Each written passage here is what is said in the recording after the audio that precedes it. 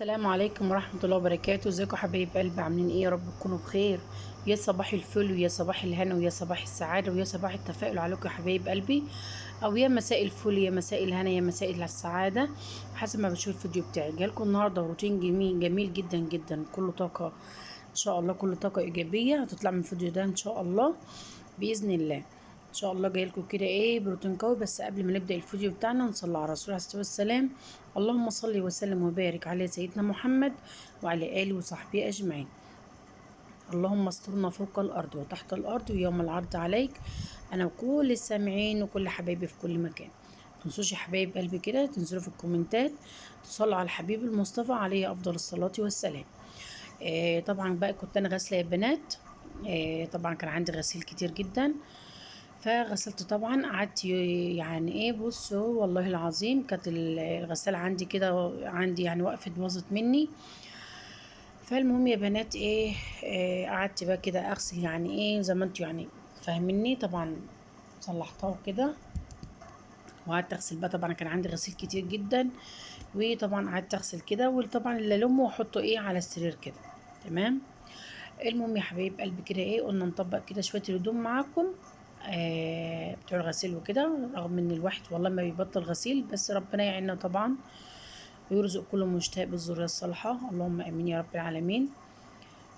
عايزه منكم بقى كده ايه كومنتات حلوه كده، تشجيع كده ان شاء الله، عشان كده ايه نكمل مع بعض ونعمل روتينات حلوه كده مع بعض يا بنات.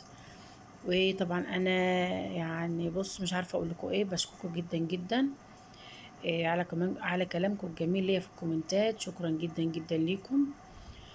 وعايزه بقى عايزاكم كده يا حبيب قلبي ايه، اللي لسه ما اشتركش يشترك في القناه وفعل زر الجرس عشان يوصل لكم مني كل جديد، ولايك بتاعكم الجميل. وما تنسوش طبعا تصلوا على النبي عليه افضل الصلاه والسلام.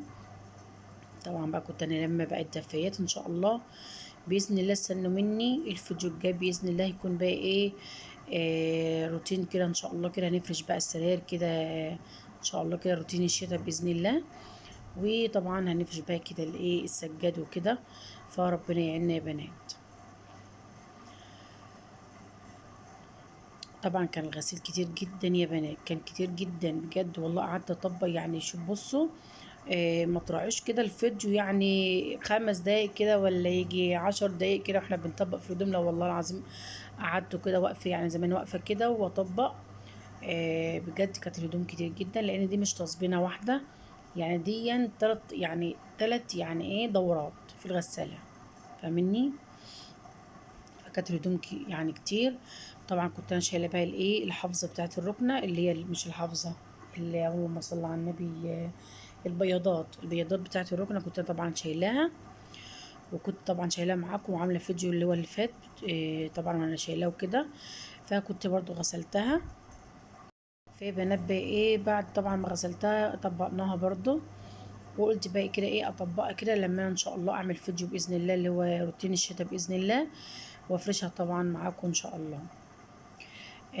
المهم يا بنات والله كنت هقول لكم ايه، انا نسيت يا بنات والله. كنت هقول لكم يا بنات والله العظيم مش عارفه بجد، عندي النمله حاجه صعبه جدا.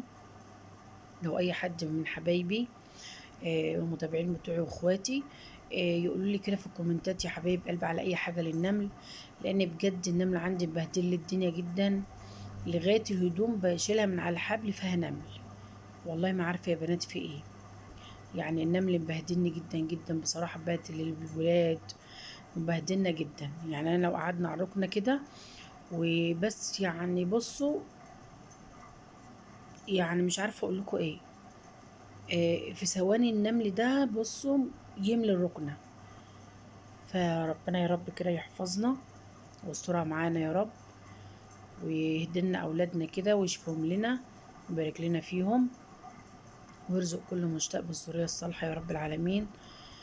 ويا رب كده ايه ينصر اخواتنا في غزة وفلسطين وفي السودان. وبالله عليكم يا حبايب قلبي تدعوا كده ايه لاخواتكم وحبايبكم كده في جميع البلاد العربية، ربنا كده ينصرهم نصرا عزيزا مقتدر بحق لا اله الا الله محمد رسول الله.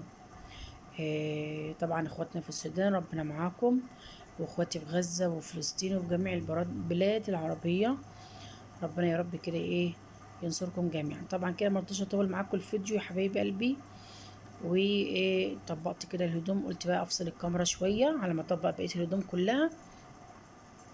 طبقت كده الهدوم، وقلت بقى ارجع كل آه يعني اودي لكل حد من الولاد الملابس بتاعته وكده في دولاب.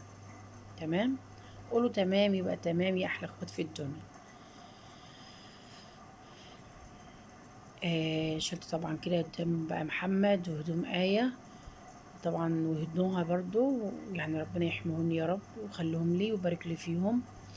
بقت طبعا كده اطبق لهم الهدوم ومطبقها لهم كده واحطها لهم طبعا في في المكان بتاعهم. هنغير برضو مع بعض المليان بتاعت السرير يا بنات. لان بصراحة بقالي يجي 3 ايام مغيرتهاش، فقلت بقى اشيلها كده. كانت يعني الولاد بقى اكلين، كانوا طبعا بيذاكروا في الأوضة وكده، وكانوا برضو أكلين يعني حاجات وكده في الأوضة وكده. فقلت بقى ألمها برضو عشان ما يتلمش عليها ما يتلمش عليها النمل، فاهمني. مسكت بقى كده الملاية شلتها، وقلت بقى أفرش كده ملاية تانية تكون نظيفة. وإن شاء الله عاوزة أجيب والله يا بنات شوية كده ملايات كده للسراير. بس إن شاء الله كده ربنا يفرجها كده إن شاء الله، واحدة واحدة كده يا بنات والله. وربنا كده إن شاء الله يسهلها معانا جميعا، وان شاء الله نجيب كل حاجة ونجيب كل اللي نفسنا فيه بإذن الله. فرشت معاكم كده الملاية، وحطيت بقى كده المخدة كده يا بنات. عايزة بقى افرش الدفايات. كنت عايزة اجيب دفايات جديدة كمان يا بنات برضو، بس ان شاء الله بإذن الله واحدة واحدة كده نجدد حاجة حاجة بإذن الله. ان شاء الله كده بقى نعمل فيديو قوي كده بقى لروتين الشتاء ان شاء الله. مين بقى زي بيحب الشتاء؟ اللي بيحب الشتاء زي كده يكتب في الكومنتات. تمام، عايزاكم بقى كده تشيروا الفيديو يا حبايب قلبي لاخواتكم كده واصحابكم وحبايبكم، ان شاء الله عشان كده قناة يومك احلى مع أم محمد تكبر بكم ان شاء الله يا احلى اخوات في الدنيا. طبعا برضو خلصت السرير الاولاني كده بقى بتاع نهى، ودخلت بقى على السرير التاني بتاع آية. وقلت بقى برضو اشيل برضو الملاية كده واحط لها ملاية. بصراحة الأوضة من ساعة ما شاء الله ما شاء الله اللهم بارك، من ساعة يعني ما اتجددت وكده ما شاء الله عليها.